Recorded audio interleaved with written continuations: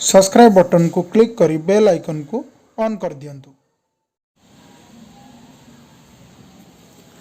सप्तम श्रेणी अभ्यास कार्य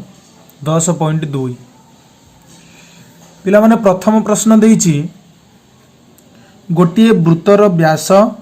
0.42 मीटर हेले यार परिधि केते हेबो पाईर मूल्य 22/7 नबा पई हमकु कहिछि। तो कौन देइछि गोटे चित्र साहाय्य में देखि नबा जे गोटे वृत्तर पिला माने केंद्र रु परिधि पर्यंत एटा होछि व्यासार्ध ये होछि व्यास मन कर एटा ना दबा ओ एटा दबा ए एटा बी तो एटा केते देइछि 0.42 मीटर एवं तार परिधि पचारिछि। तो कौन ना प्रथम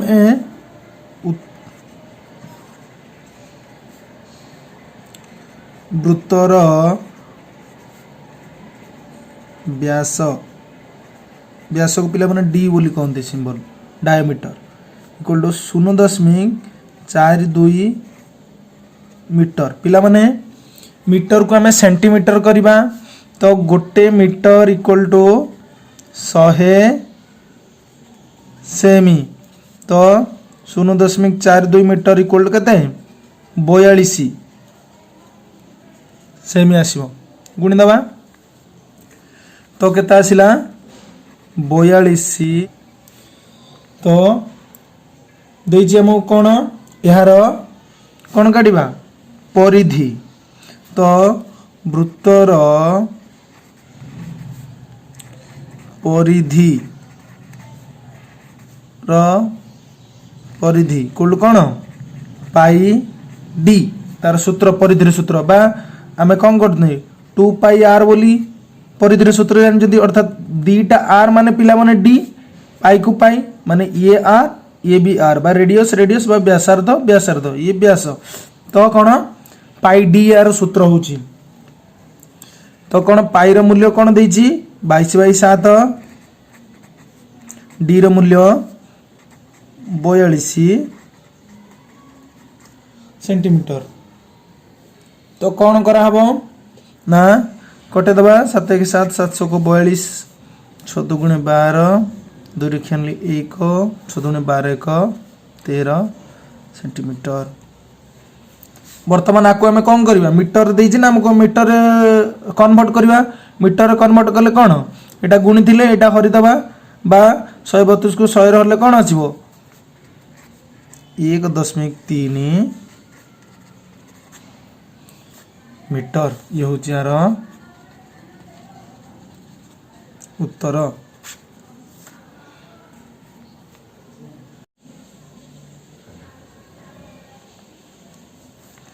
पिला माने 2 नंबर प्रश्न देइछि गोटिए वृत्ताकृति तार को सीधा कर दिया गला तापर तारटी को बृहत्तम वर्ग आकृति रे परिणत करिवारु तार प्रत्येक बाहुर दैर्घ्य 22 सेंटीमीटर हैला तबे पूर्वरु थिबा वृत्त आकृतिर व्यासार्ध निर्णय कर। तो कौन प्रथमे पिला माने गोटे वृत्त थिला एई तार को सीधा कर दबारु गोटे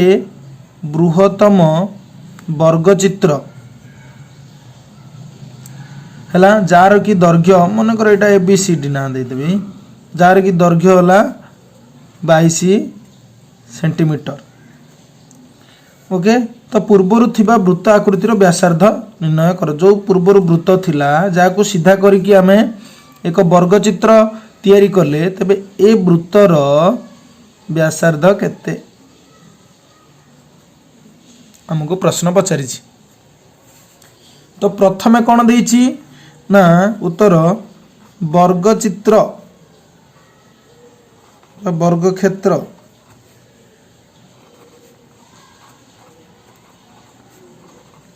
प्रत्येक बाहु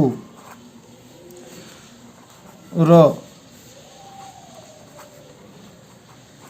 दैर्घ्य यथाक्रमे 22 सेंटीमीटर तेबे परिसीमा कौन 4 गुणन बाहु माने बाहु माने केते 22 बा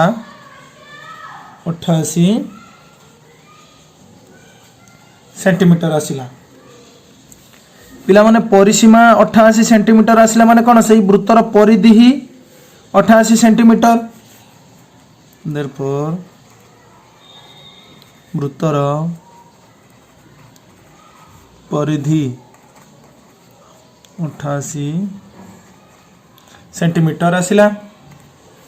वृत्तर परिधि परिधि माने कोन सूत्र 2 pi r equal to 88 centimeter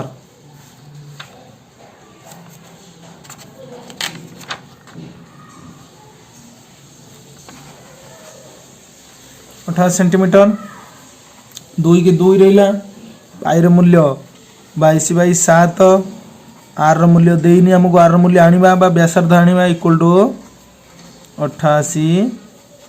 centimetre तेबे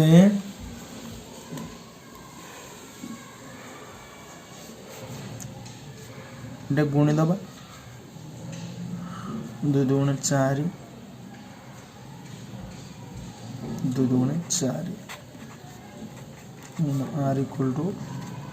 88 सेंटीमीटर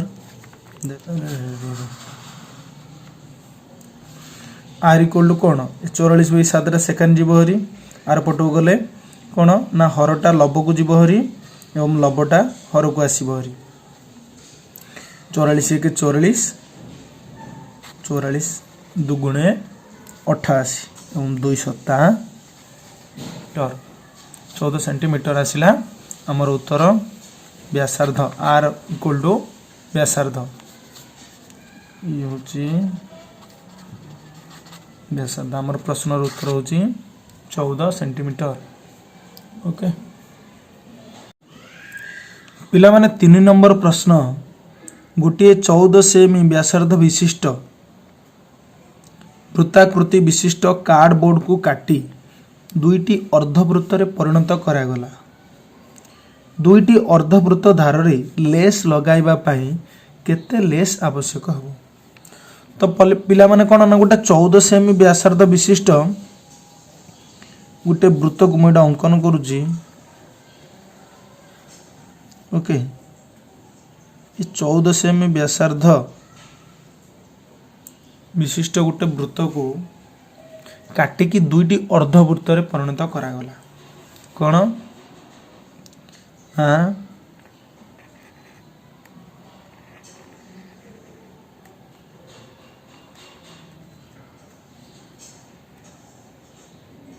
ओके दुईटी अर्धवृत्त रे परिणत करागला किंतु ये हूँ 14 सेमी व्यासार्धटा तेबे दुईटी अर्धवृत्त धार रे लेस लगाइबा पाई केते लेस आवश्यक हो तो आमे वृत्तर जानिचंती परिधि सूत्र 2 पाई आर तेबे आर जो अर्धवृत्तर परिसीमार सूत्र होची बा अर्ध परिधि मध्य कहि परिबा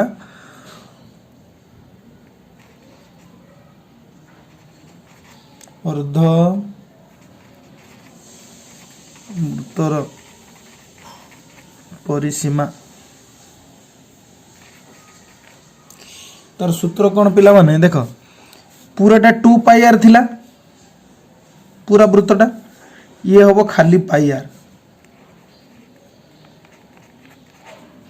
एटा कौन व्यासार्ध आर एटा भी व्यासार्ध आर अर्थात आर आउ आर प्लस 2 आर ये होची अर्धवृत्तर परिसीमार सूत्र जेहेतु पूरा परिधि सूत्र 2 पाई आर अर्ध परिधि सूत्र कौन पाई आर तार अधा एवं ये 14 सेमी कौन देछि व्यासार्ध देछि ये होची आर ये भी होची आर बा एटा पूराटा को व्यास आमे नउजंती तो एटा 2 आर ये गोटे आर ये गोटे आर दीटा आर तो परिसीमार सूत्र जान देले हमें तो वर्तमान आमे मूल्य पकेबा पाई रो मूल्य कौन 22/7 आर रो मूल्य गुणन 14 ऑलरेडी हमको देछि 14 मुझे लिखी दूची उत्तर रे व्यासार्ध 14 सेमी +2 गुणन आर माने 14 तो कौन आसिला 7 के 7 7 दूणे 14 22 दूणे 44 प्लस 2 14 28 14 28 ओके 4 मिसे दबा 4 12 2 रेखन लिए 4 2 6 1 7 केते आसला ना 72 सेमी तो यहाँ पे मैंने गोटे माने अर्धवृत्तर गोटेकार परिसीमा बा गोटे प्रथम यहाँ प्रथम ये द्वितीय नवा तेरे प्रथम अर्धवृत्तर परिसीमा 72 से कही दुईटी अर्धवृत्त अर्थात दुईटी